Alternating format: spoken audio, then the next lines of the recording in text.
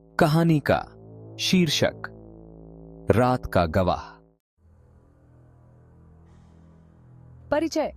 मुंबई की व्यस्त गलियों में जहां लोग रात के समय भी काम में व्यस्त रहते हैं, वहीं एक ऐसा इलाका था जहां रात होते ही डरावना सन्नाटा छा जाता था। उस इलाके में रहने वाले लोग अपराध और खौफ के बीच अपना जीवन जीते थे। इस इलाके में एक ऐसी घटना घटी जिसने पूरे शहर को हिलाकर रख दिया।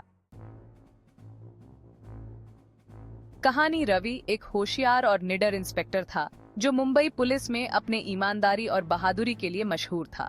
उसे हाल ही में एक हत्या की गुत्थी सुलझाने की जिम्मेदारी दी गई थी, जो उसके करियर का सबसे कठिन मामला था।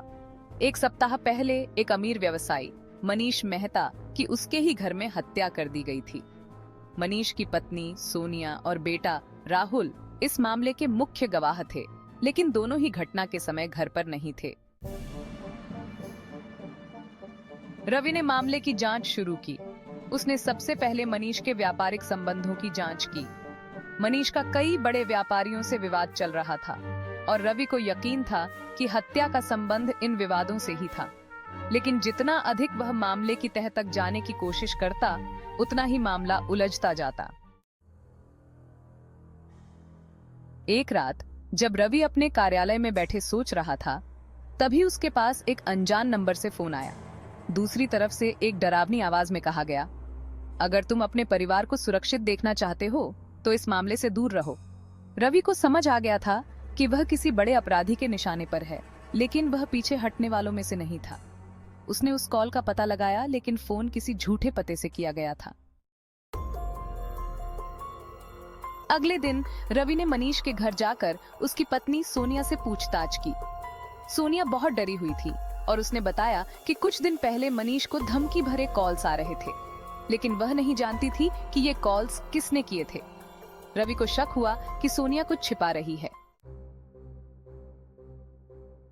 रात के समय रवि मनीष के घर के पास छिपकर देख रहा था। अचानक उसने देखा कि सोनिया किसी से फोन पर बात कर रही है और बहुत घबराई हुई है। वह घर से बाहर निकली और रवि ने उसका पीछा किया। सोनिया एक सुनसान जगह पर जाकर एक अजनबी से मिली। रवि ने उनकी बातचीत सुनी। अजनबी ने कहा, तुम्हें कुछ नहीं होगा, बस पुलिस को कुछ मत बताना।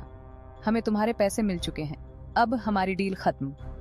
रवि को समझ में आ गया कि सोनिया ने ही अपने पति की हत्या करवाई थी। उसने सोनिया को रंगे हाथों पकड़ लिया और पुलिस स्टेशन ले गया। पूछताछ के दौरान सोनिया ने स्वीकार किया कि उसने मनीष की हत्या अपने प्रेमी के साथ मिलकर करवाई थी।